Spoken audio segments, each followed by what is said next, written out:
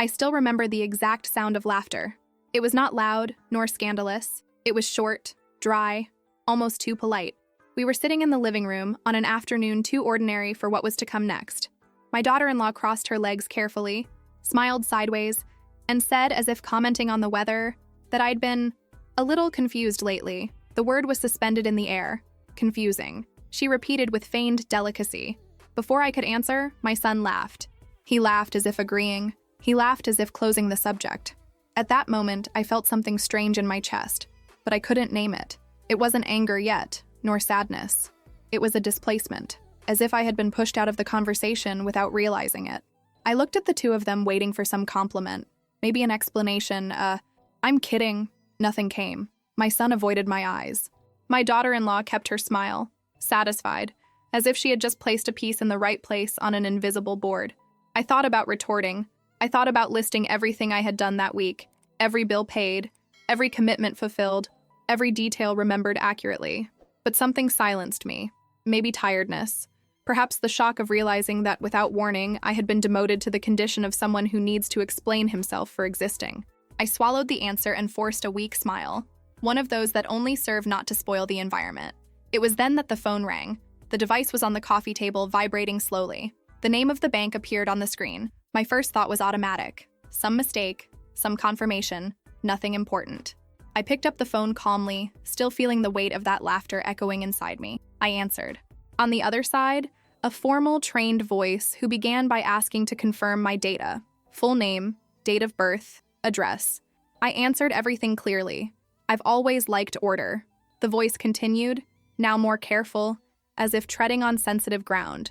He said that the call was not about financial transactions or pending issues. He said it was just an institutional warning. As she spoke, I felt the environment around me change. My daughter-in-law stopped smiling. My son straightened his body on the couch. The air became heavier. The voice then said the sentence that broke my life in two. There was a process underway to assess my ability to manage my own accounts. For a few seconds, I didn't understand what I heard. I asked to repeat it. The voice repeated, with other words, even clearer. Judicial process, capacity assessment, possible limitation of access. Each term seemed bigger than me. I felt my face heat up, my hands tremble slightly. I looked at my son. His smile was gone. Not even a shadow remained. There was only panic, and in that panic, I understood everything I didn't know yet. I asked who had requested that. The bank's voice replied that it could not provide details, only advise me to contact the legal sector. The call ended with good morning wishes that sounded cruel. I stood with the phone in my hand, staring at the erased screen, as if it could give me some explanation. The silence in the room was deafening. My daughter-in-law was the first to speak. He said that perhaps it was a misunderstanding. He said that these things happen. My son didn't say anything, and that's what hurt the most. He just took a deep breath, like someone who had been caught in the middle of something that shouldn't have come to light yet. I stood up slowly. My legs were steady, despite the chaos inside me. I walked to the window and looked out, trying to anchor myself in something concrete. The street, the trees, the world that still seemed normal. Inside me, however, something had broken irreversibly. I turned to them and asked in the calmest voice I could muster if they knew anything. My daughter-in-law responded too quickly, saying that it was all an exaggeration, that someone must have worried about me. My son nodded, finally, saying that it was for my good. The sentence fell like a slap. For my sake. How many atrocities can fit within these 3 words when spoken with false tenderness? At that moment, I felt the humiliation take shape. It wasn't just the fear of losing money. It was the realization that, in their eyes, I had already lost something more valuable, the right to be seen as lucid, as an adult, as the owner of me. They didn't ask me anything. They didn't warn me of anything. They just decided, and they laughed before I knew it. The laughter came back to my mind, now with a bitter taste. I wanted to cry, scream, kick them out of my house, but I didn't do any of that. Something in me began to withdraw, to observe. If they believed I was confused, maybe that's exactly what they expected to see. Perhaps this was the image I should hold, at least for the time being. As I thought about it, I felt a different spark arise under the fear. It wasn't courage yet. It was lucidity. Cold, silent, awake. That afternoon, as they said goodbye with awkward hugs and empty words, I was alone in the room. I sat in the same place where it had all started and stared at the empty space in front of me. The woman who entered that conversation was not the same one who was now breathing there. Something had awakened in me. I still didn't know how or when, but I knew one thing with absolute certainty. That laugh wouldn't be the end of my story. It would be the beginning. The fact that you chose to stand here listening to this says a lot about who you are. What comes next isn't just my story. It's a truth that many people live in silence and almost no one has the courage to tell.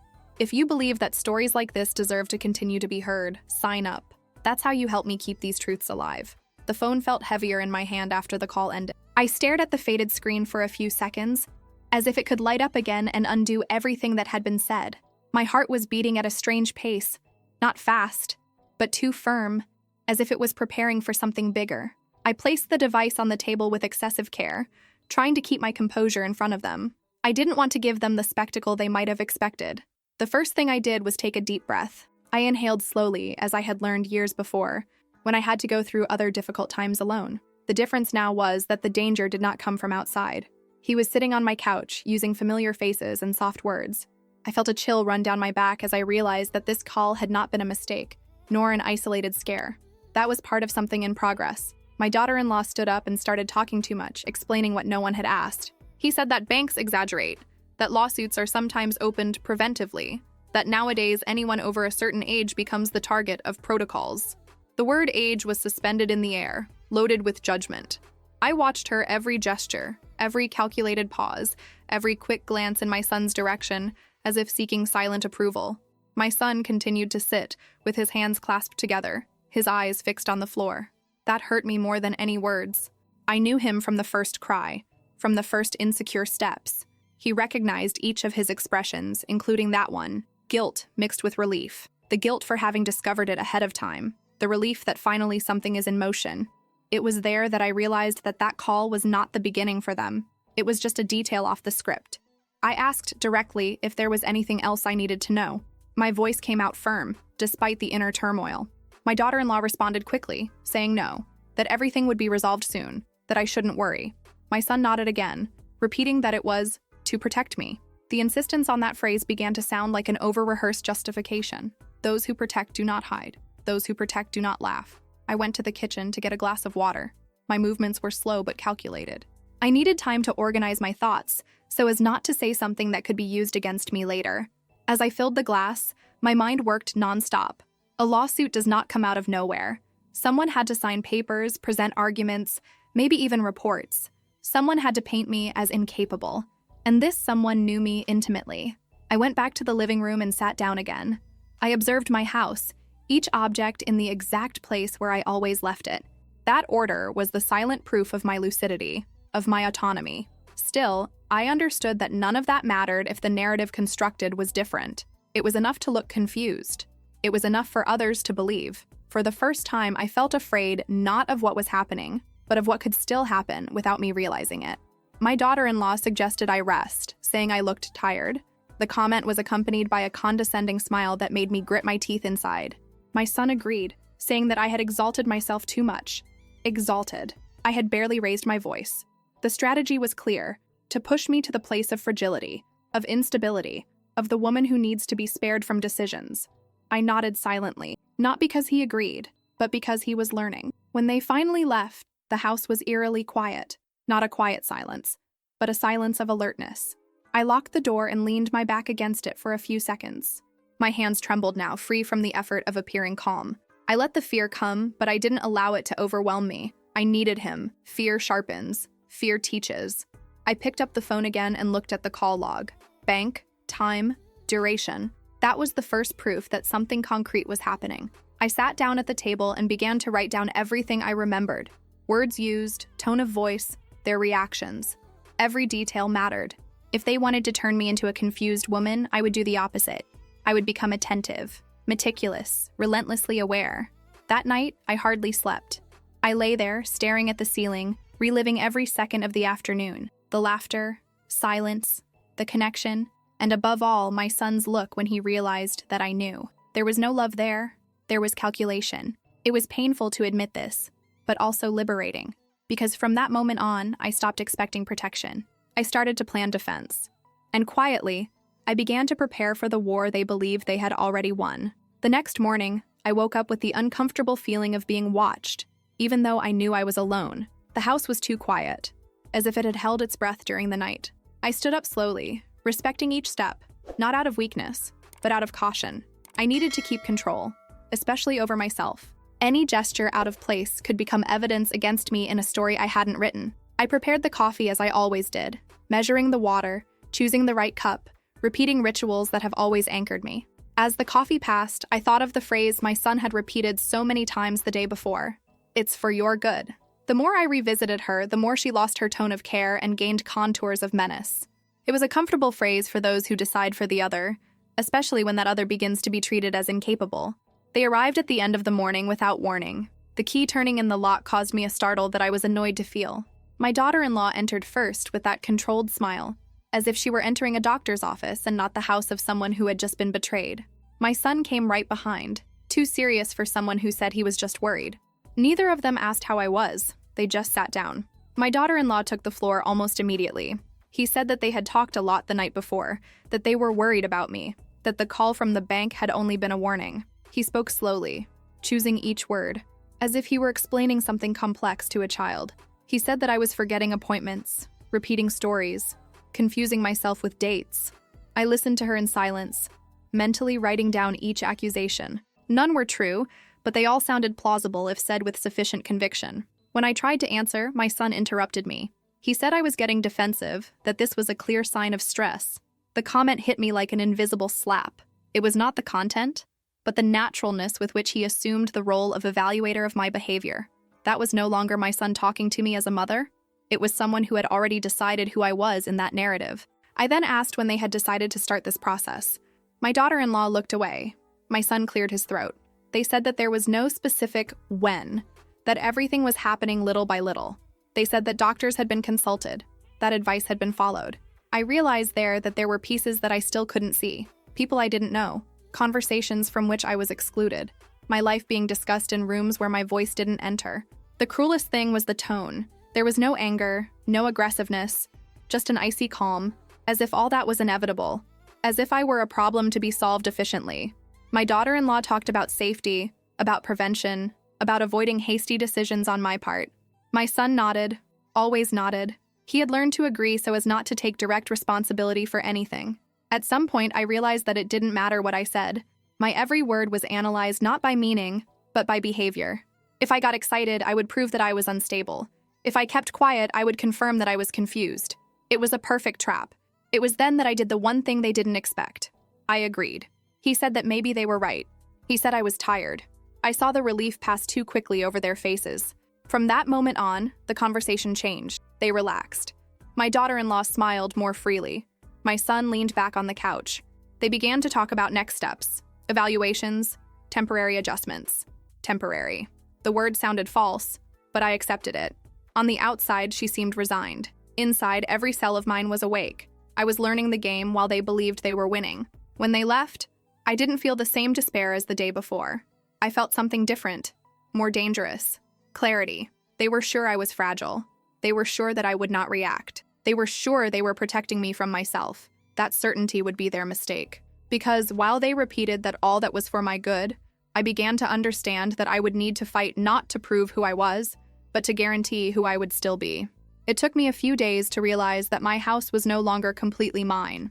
At first, I thought it was an impression, a result of the recent shock. But the little things started to pile up in a way that was impossible to ignore. A drawer that I had always kept organized was overturned. An envelope I remembered leaving on the table was gone. Nothing blatant, nothing obvious.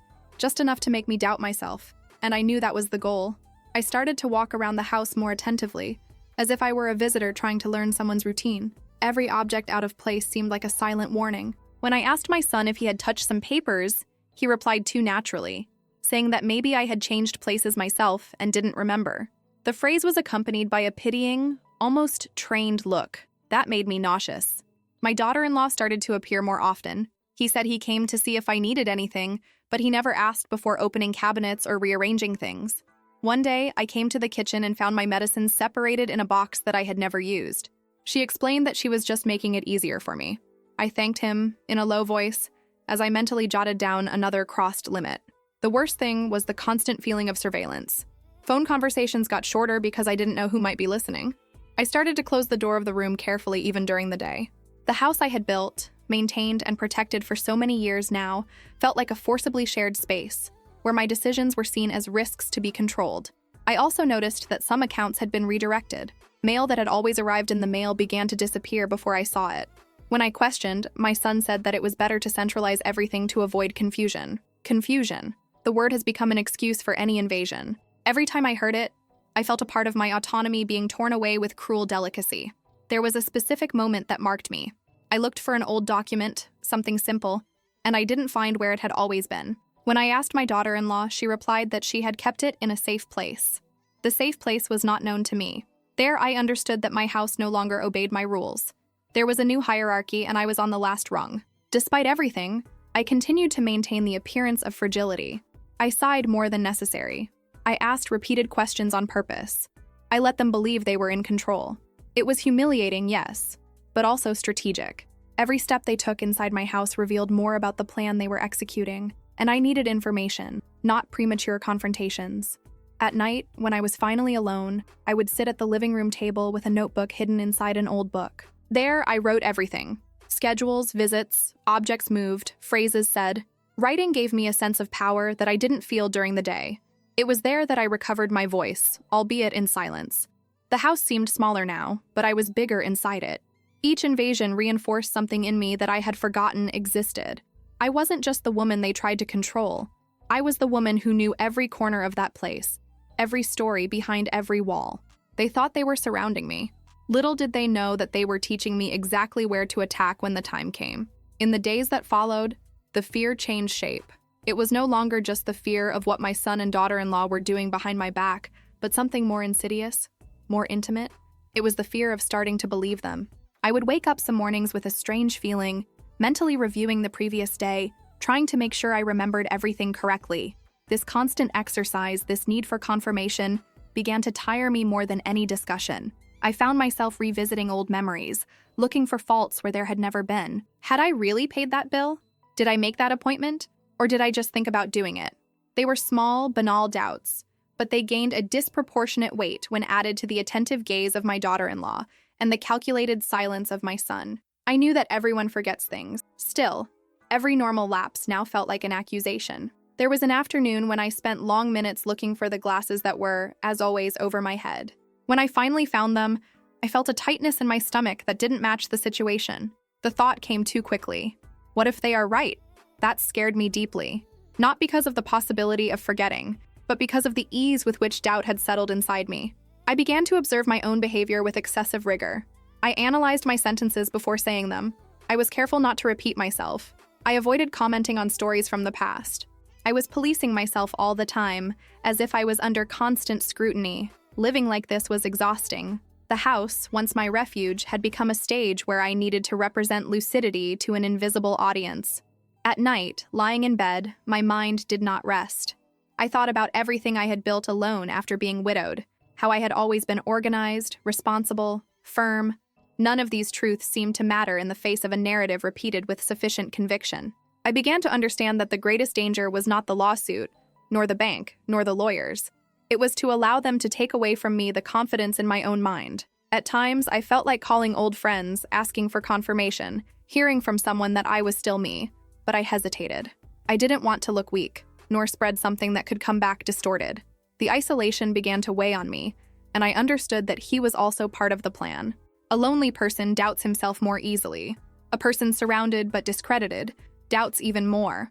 It was in this state that I began to write more diligently, not just notes of what happened, but records of what I felt, what I thought, what I remembered. Each page filled in was an anchor, a silent testimony of my conscience. When I reread what I wrote, I recognized my voice, my logic, my coherence. That gave me back a little of the lost firmness. I started to test my memory on purpose. I wrote down schedules, appointments, small tasks, and then checked. The result was always the same. I remembered. I complied.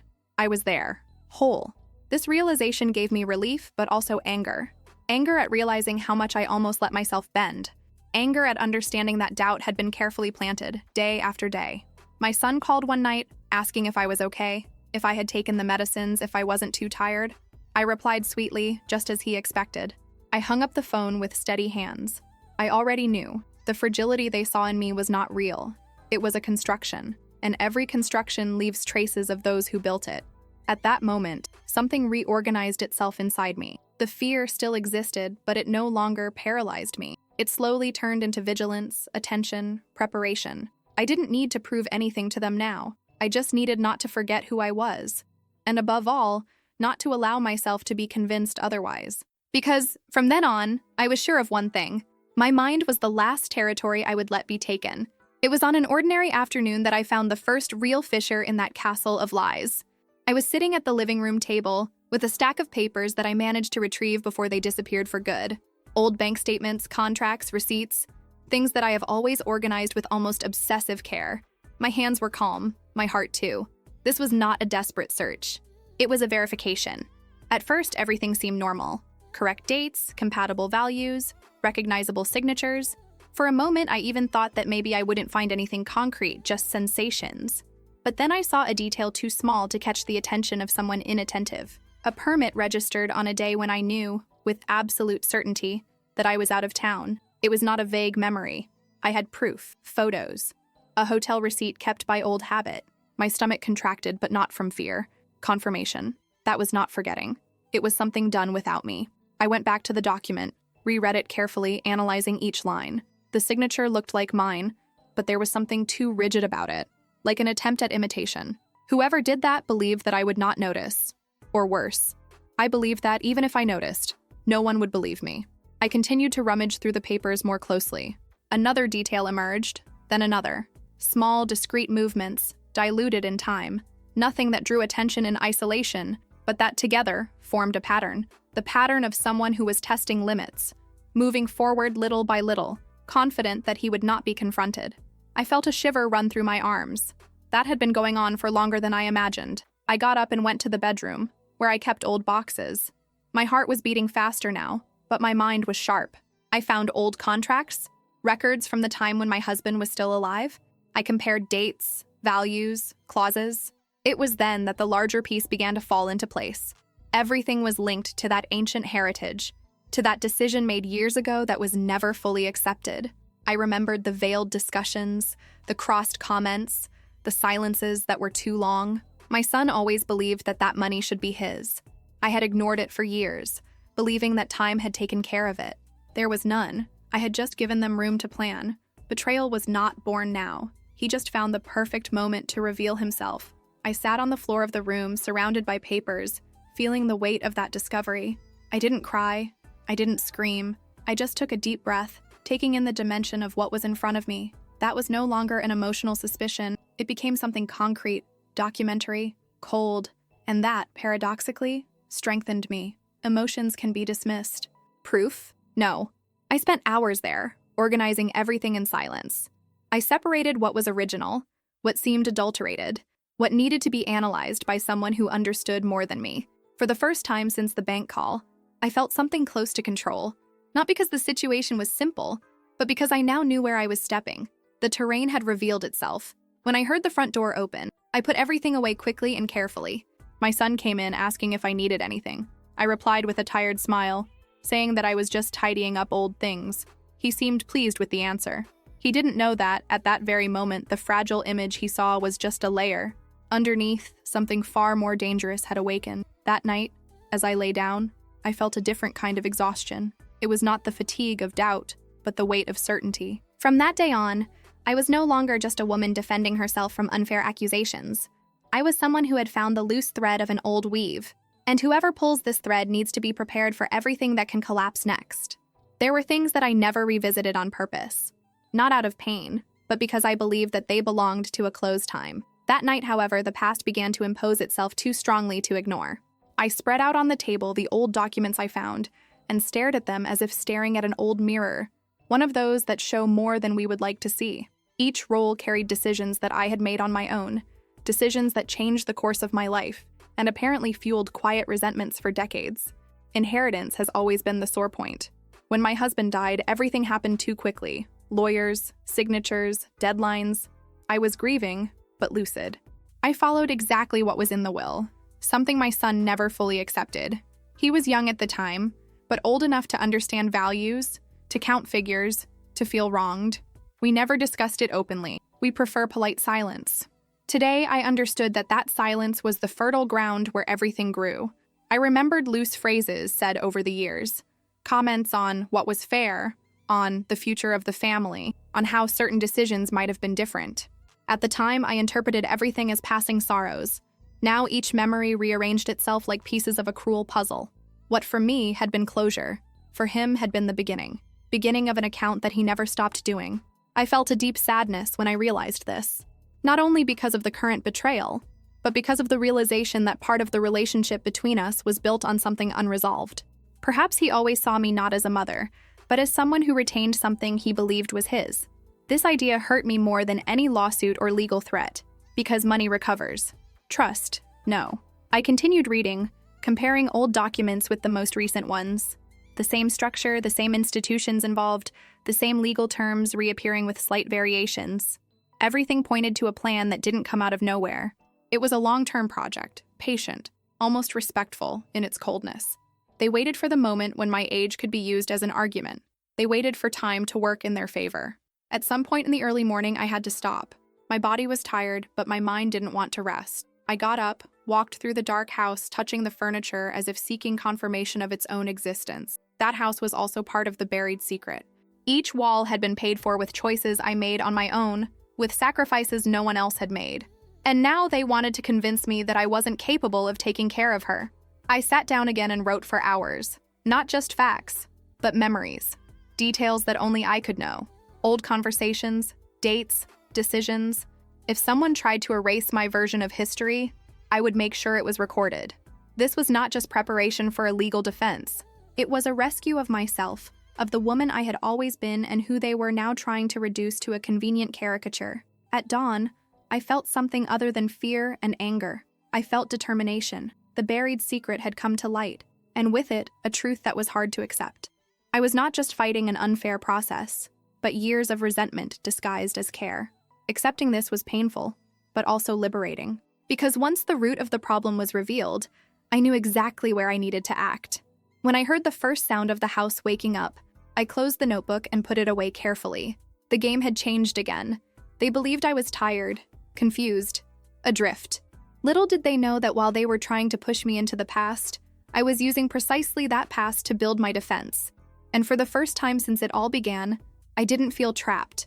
I felt prepared. I didn't plan to ask anyone for help. Part of me still believed that carrying everything alone was the only way to stay in control. But the name popped into my mind with nagging insistence as I arranged the papers. Someone who knew my financial history better than anyone else. Someone who wasn't part of the current family dynamics. A man who worked with my husband for years and who, after his death, stepped aside out of respect, not indifference. It took me 2 days to build up the courage. When I finally called, my voice came out firmer than I expected. I explained little at first. I just said that I needed a professional and discreet opinion. He didn't ask excessive questions. He just told me to go to his office, which still worked at the same address as always. The simplicity of the invitation gave me unexpected relief. Entering that office was like walking through a door in time. The smell of paper, the distant sound of an old clock. Everything brought back memories of when I was still sharing decisions with someone. He greeted me with genuine surprise, not pity. He looked me in the eyes as I spoke, without interrupting, without correcting, without that condescension that I had been swallowing at home. That alone has strengthened. I spread the documents on his desk, one by one. I watched their reactions closely, looking for signs of doubt, of discredit. I didn't find any. On the contrary. As he read, his face became more serious, more attentive. At one point, he took off his glasses and took a deep breath. He said in a low voice that it was not confusion, it was method. Hearing that word was like feeling the ground firm under my feet. Method. He explained that the movements were too subtle to be accidental, that the authorizations did not follow a legitimate pattern, that someone had studied my habits before acting. There was no surprise in his voice, just professional observation. For the first time, someone validated my perception without trying to soften it. I told him about the process, about the bank call, about the behavior of my son and daughter-in-law. He listened to it all in silence, then said something that echoes in me even now, that I needed to stop defending myself emotionally and start acting strategically. I said that my greatest advantage was precisely what they were trying to use against me. Time. Time lived, time recorded, demonstrable time. He offered to help me without hesitation. Not for money, he made clear, but for principle. He said he had seen that kind of betrayal before. always disguised as care. He spoke frankly, bluntly, as someone who understands the weight of difficult decisions. At that moment, I realized how much I needed that firm posture by my side. I left the office with a new briefcase under my arm and something even more valuable inside me. The certainty that I was no longer alone, the fear that had accompanied me since the call from the bank had not disappeared.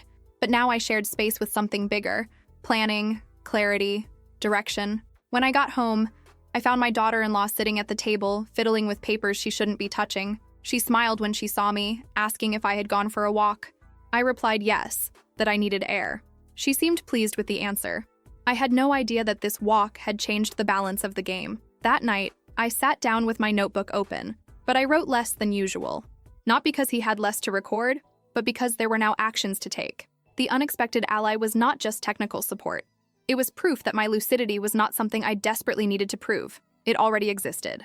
And with the right help, it would be impossible to ignore. When I lay down, I felt a different tiredness. A productive, almost satisfying tiredness. They still believed that I was lost, confused, at the mercy of their decisions.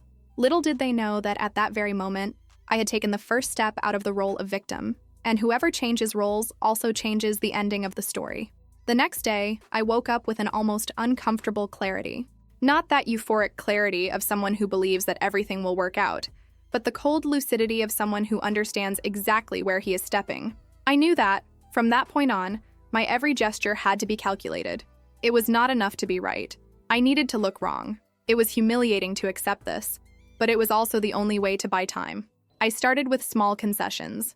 I asked my daughter-in-law where she had put a document that I knew perfectly well where it was. She replied with a satisfied smile, as if confirming an old suspicion.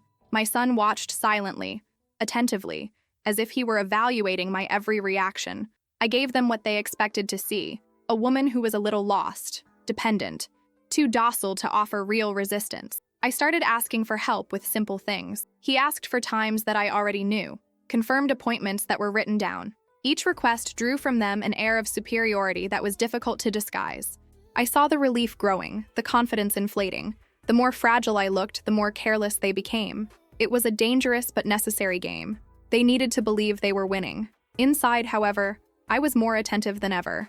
I mentally wrote down every comment, every slip, every contradiction. When my daughter-in-law said something that didn't match what my son had said days before, I kept it. When my son got ahead of decisions that theoretically had not yet been made, I kept it too. The mask of confusion gave me privileged access to what they no longer bothered to hide. There was a specific moment that marked me. We were sitting at the table, and my daughter-in-law commented, without realizing it, about a deadline for the process that I had never been informed. The information came out naturally, almost casually. My heart raced, but I kept my expression empty. I asked her to repeat it, pretending not to have understood. She corrected herself too quickly.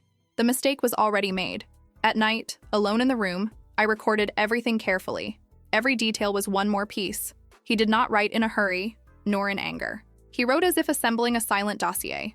I knew that, at some point, all of this would need to be presented with surgical precision. Too much emotion could hurt me. What I was building required coolness.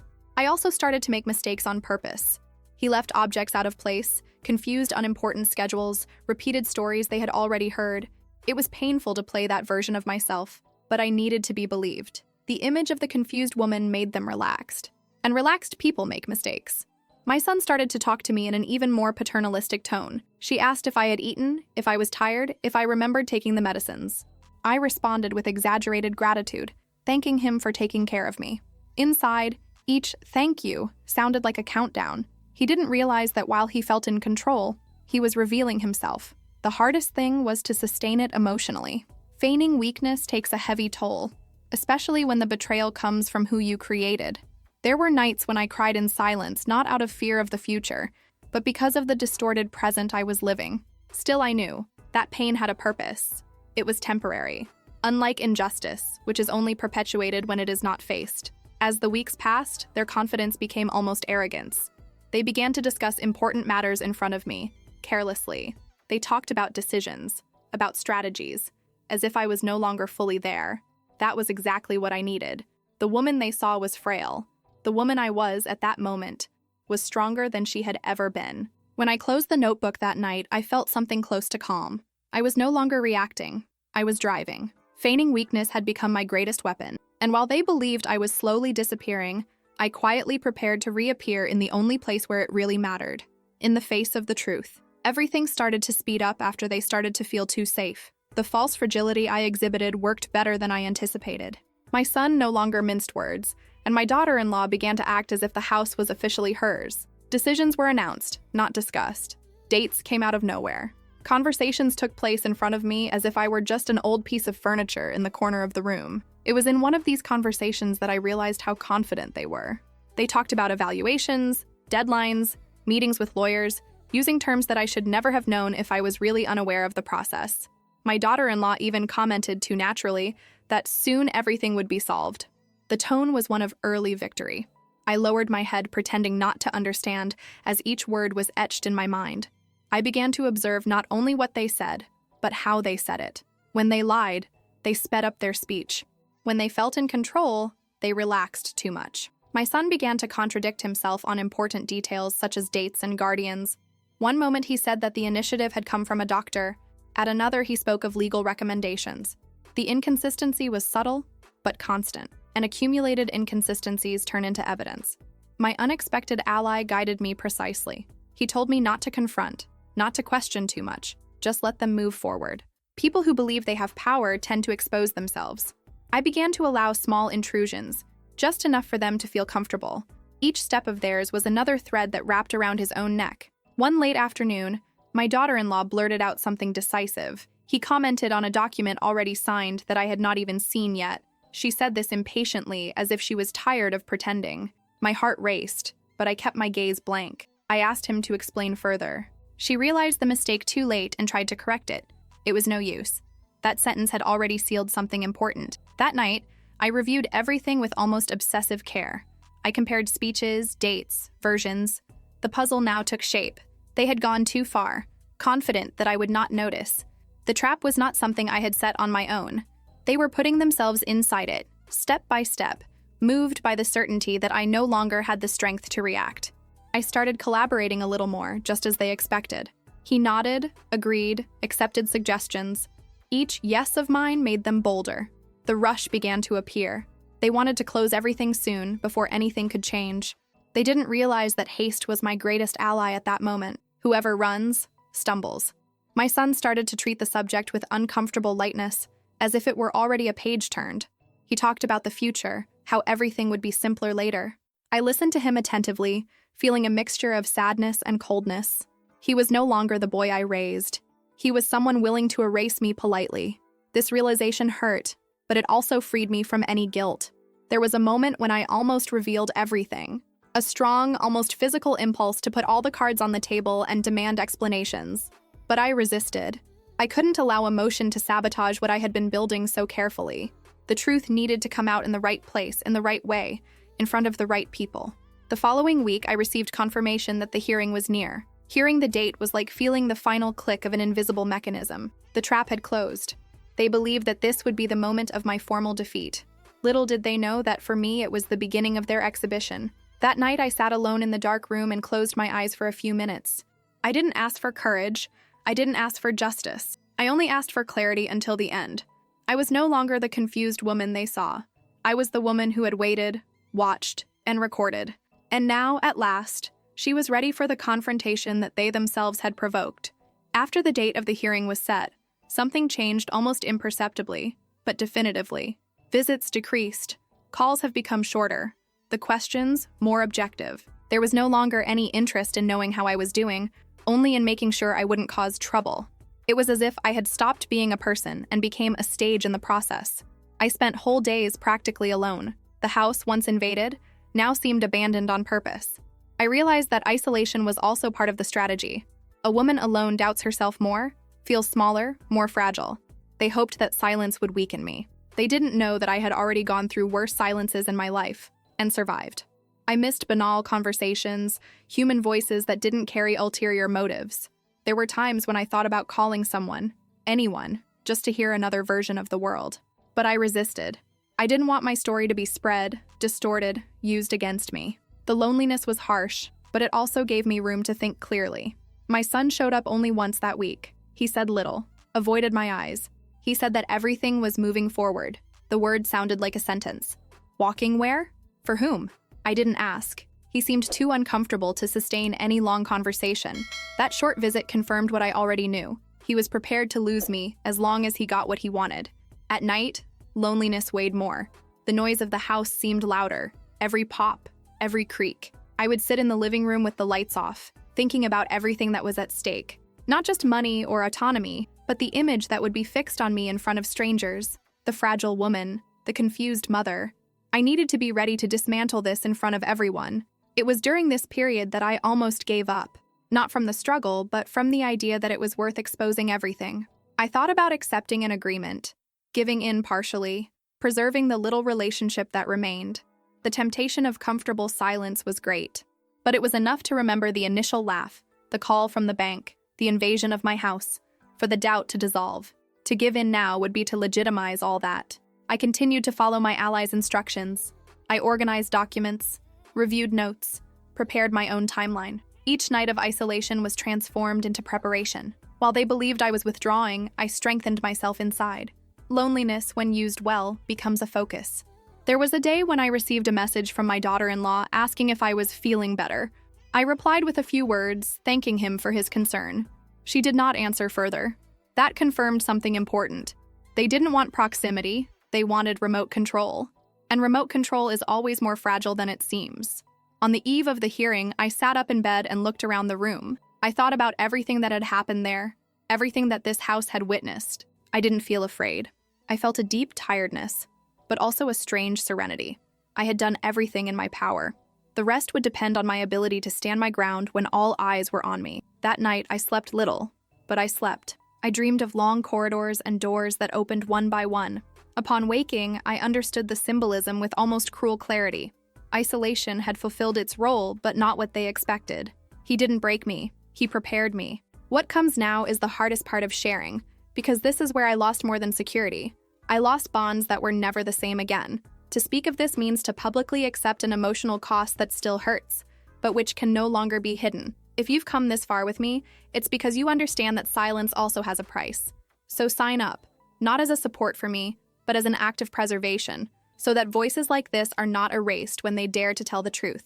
The preparation began before I even admitted to myself that confrontation was inevitable. The morning after that restless night, I woke up early and set the living room table as if it were a command post. Papers aligned, folders separated by colors, notes revised for the third time. Every detail gave me back a sense of order that they had tried to steal from me. I needed everything to be clear, not just to others, but to myself. My ally arrived in the middle of the morning. Unlike previous visits, there was no urgency in his step, nor haste in his voice. He sat down, opened the folder, and began to review everything with me, item by item. There was no condescension, no unnecessary softening, only objectivity. He asked me difficult questions, simulated interruptions, tested my memory, my coherence, my firmness, not to destabilize me, but to prepare myself. At times, I felt the weight of mental fatigue. Repeating dates, explaining old decisions, revisiting wounds required energy. Still, I realized something important. The more I spoke, the clearer my own narrative became. There were no gaps, no real contradictions. What there were external attempts at distortion. This realization strengthened me in a silent way. He guided me about posture, about when to speak and when to remain silent. He said that it was not just the content that mattered, but the form. The image of the confused woman needed to crumble in the face of calm, precision, security. Don't try to convince, he said. Just be. That phrase stayed with me for the rest of the day. I practiced responses in front of the mirror, not as an actress, but as someone who needed to recognize herself in her own reflection. I observed my posture, the tone of my voice, the rhythm of my speech. There was no need for excessive rigidity. Serenity would be my ally. I was not there to attack, but to expose. The difference was subtle, but decisive. There was a moment when I had to stop. My hands began to tremble slightly, and I felt my heart race. My ally noticed and suggested a break. We went to the kitchen, had breakfast in silence. That simple pause reminded me of something essential. I was still human. Feeling afraid did not make me weak. It only made the victory more conscious. In the afternoon, I reviewed everything on my own once again. I read my old notes, those made in the early days when I still doubted myself. Comparing that woman to the one I was now was almost shocking. There was no more confusion there. There was determination. There was a strategy. There was a clarity that is only born when someone tries to erase us and fails. My son called at the end of the day. He asked if I was nervous, if I needed anything. His voice carried a barely concealed tension. I replied calmly, saying that I was fine and that I would attend as agreed. He looked relieved. He believed that everything would go as planned. I hung up the phone with a calmness that surprised me. When night fell, I prepared the clothes I would wear the next day. Nothing flashy, nothing too muted. I chose something that represented me as I always was. Discreet, firm, secure. I left everything ready, as if preparing for a long and definitive journey. In a sense, it was exactly that. Before going to sleep, I sat on the edge of the bed and closed my eyes for a few seconds. I thought of the woman who started all this by hearing a laugh. I thought about everything I had been through since then. I didn't ask for the next day to be easy. I only asked that it be true. And in that final silence, I felt something I hadn't felt in a long time: respect for myself. The courthouse building was bigger than I had imagined, too cold for a morning that had already started tense. As I walked through those doors, I felt the symbolic weight of the place fall on my shoulders. It wasn't just a physical space. It was the stage where they would try to decide who I was. I walked slowly, keeping my posture upright, feeling each step as a silent affirmation of presence. I was there, whole, lucid. The courtroom had a specific smell of old paper and formality. The chairs lined up, the judge's table raised, everything seemed designed to intimidate. I saw my son sitting a few seats ahead with his daughter-in-law by his side. They talked in low voices. When they saw me enter, the dialogue stopped.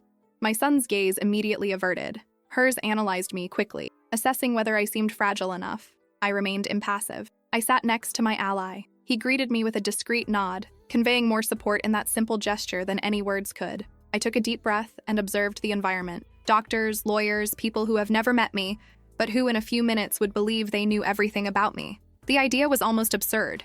Still, I was prepared. As the hearing began, I heard my name called out with formality. Each syllable sounded distant, as if it belonged to someone else. The first lines came from the other side. Claims about age, lapses, risks, carefully chosen words to paint a portrait of fragility. As they spoke, I kept my gaze straight ahead without reacting. I didn't want to offer premature emotions. The doctors called in presented generic evaluations, based more on reports than on actual coexistence. I noticed how they avoided concrete details. My ally asked for the floor at the right time. With almost surgical precision, he began to present documents, dates, records. The room changed temperature. What was once abstract began to take solid form. When I was called to speak, I stood up calmly. I felt all eyes rest on me. There was no trembling in my hands, no hesitation in my voice. I started at the beginning, telling my story without haste, without exaggeration. I talked about my life, my decisions, taking care of my finances. Each sentence was supported by evidence, each memory anchored in facts. At a certain point, I noticed the restlessness on the other side. My daughter-in-law began to shift in her chair. My son was shaking hands with excessive force. I didn't look at them directly, but I felt the change in the air. The narrative they had built was being dismantled, piece by piece, in front of everyone. The judge asked direct questions. I answered them all clearly. Dates, values, contexts. There was no confusion. There was no contradiction. The silence that settled after each answer was almost deafening. It was the silence of someone who expected fragility and found firmness. When the doctored documents were presented, I felt a tightness in my chest. Not of fear, but of final confirmation. That was there, exposed, incontestable. I saw my son's face lose its color. I saw my daughter-in-law's composure crack for the first time. No words could erase what was recorded on paper. At the end of the hearing, I sat down again, feeling my body heavy, but my mind light. I didn't know yet what the decision would be, but I knew that something irreversible had happened. The image they tried to impose on me had not survived the light. And regardless of the formal outcome, I had recovered something that should never have been put on trial: my voice. When the final word began to draw in the room, I felt something reorganize itself inside me. It was not euphoria, nor immediate relief. It was an inward, firm silence, as if a part of me had finally found the ground after a long time in the air. The judge spoke, but I already knew that the truth had crossed the room even before the formal decision. It was there, visible, impossible to be misunderstood. I heard my name again, now associated with terms such as lucidity, autonomy, inconsistency of allegations. Each sentence was a definitive crack in the narrative they had created about me. I didn't have to look at my son to know that something had changed. The air was different. Heavier for some, lighter for me. It was the weight of public exposure, the one that is not removed afterwards. When the judge directly questioned the origin of certain authorizations, there was hesitation on the other side. Small, but fatal. My daughter-in-law tried to explain, stumbling over vague justifications. My son remained silent, as if any words could sink him even deeper. That image was engraved in me, not for revenge, but for clarity. It was there that the truth definitively separated from the lie. At one point, I was asked to add something final. I got up without haste. I didn't feel the need to dramatize or to attack. I only said that what hurt me most was not the process, nor the embarrassment, but the attempt to reduce myself. I talked about dignity, about aging without disappearing, about the right to continue being whole, even when the world insists on making us small. There was a long silence after that. Not the embarrassing silence, but the one that indicates that something was said in the exact way. I saw people exchange looks. I saw expressions soften. It wasn't empathy for me. It was recognition. And recognition, when it comes, cannot be collected. The final decision was announced formally. The process to limit my autonomy has been closed. Additional determinations were mentioned. Investigations opened, responsibilities assigned. The words were technical, but the effect was profoundly human. I was no longer under suspicion. I was validated. Officially, publicly. When it was all over, I calmly collected my papers. My ally put his hand on my shoulder, brief, respectful. He said nothing. It was not necessary. On the other side of the room, my son remained seated for a few seconds longer, as if his body did not follow the newly imposed reality.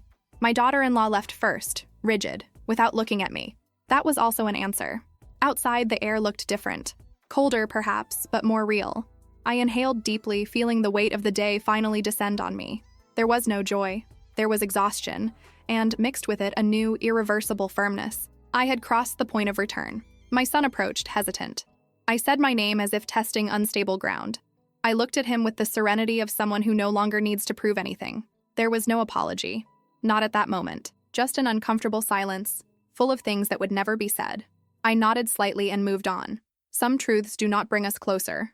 They just shut down. On the way home, I watched the city through the car window. People coming and going, oblivious to the battle that had just happened. I thought of the woman who entered that courtroom and the one who was leaving now. They were not the same. Something had been lost. Yes, but something much greater had been achieved. When I got home, I sat down in the living room, exactly where it had all begun. The laughter seemed distant now, almost unrecognizable. The silence there was no longer a threat. It was a choice. I knew that nothing would ever be the same again, and for the first time, it didn't scare me. Because the truth, once it comes to light, changes everything, including the woman who supports it. The house received me in silence when I returned that evening. It was not the oppressive silence of before, full of vigilance and suspicion. It was an honest, almost respectful silence. I closed the door behind me and remained still for a few seconds, feeling the weight of my body, mind, and everything I had gone through so far. I didn't cry. The tears had already fulfilled their role in past nights. Now, what was left was something else. I walked through the rooms slowly, observing every detail as if I saw them for the first time. The furniture was in the same place. The walls kept the same marks, but I knew that nothing was the same. The house had ceased to be a disputed territory to return to being a chosen space. Not by right granted, but by right taken over. This difference was fundamental. In the days that followed, I organized my life calmly. I reviewed accounts, re-established access, changed passwords. Each practical action had a greater symbolic meaning than it appeared. It wasn't just about financial security, but about reaffirming identity. I was, little by little, rebuilding my autonomy with my own hands, without haste, without asking permission. My son tried to contact me a few times. Short messages, too careful. There were no clear apologies, only timid attempts at rapprochement. I responded when I thought it was necessary, always politely, always with limits. There was no more room for naivety. The relationship, if it continued, would be on new terms. Distant, cautious, real. Some losses do not recover. They only accept each other. My daughter-in-law never showed up again. I learned from a third party that I was dealing with the legal consequences of what I had done. I felt no satisfaction, nor pity. He felt only a kind of closure, like when we close a difficult book and put it back on the shelf, knowing that it has fulfilled its role, but that it doesn't need to be reread. The unexpected ally remained present, not as a savior, but as a witness. someone who saw my transformation up close and respected every step of it. I thanked him more than once, but he always said that I had done the hardest part alone. Maybe he was right. Recognizing one's own strength is often the biggest challenge. Over time, I began to notice something curious. People started listening to me differently. Friends, acquaintances, even strangers. Not because they knew what I had faced, but because I was speaking from somewhere else now. A place without a request for approval. A firm place. It changed the way the world gave me answers. Sometimes I still think about laughter. Not with pain, but as a milestone. It was there that it all began. It was there that the woman I was ceased to exist in the way she existed. In its place, someone more aware, more alert, less willing to be diminished, emerged. It was not a smooth exchange. It was a necessary rupture. There was no happy ending in the classical sense. The family did not recover. Affection has not returned to its former place. But there was something better than that. Truth. And truth, even when it hurts, offers something that no illusion can sustain for long. Freedom. Today, when I sit in the same room, alone or with others, I don't feel empty. I feel whole in a new way. No longer the underestimated woman, nor the poor thing they tried to build. I am someone who has gone through betrayal, faced public embarrassment, and left on my feet. With scars, yes, but also with steel where before there was only expectation. What was left was not little. There was dignity left. There was clarity. I was left with the certainty that I will never accept being erased again so that others feel comfortable. And this, I discovered late, but I discovered in time, is worth more than any inheritance. If something in this story made sense to you, please share this video. It's not just about what happened to me, but about silent patterns that still affect many people, especially within their own family. By sharing, you can take that story to someone who needs to acknowledge what they're experiencing and remind them that they're not alone. I'll stay here reading each comment carefully. Tell me, from which city or country are you watching? And what about this story stayed with you? Reading your words really matters to me.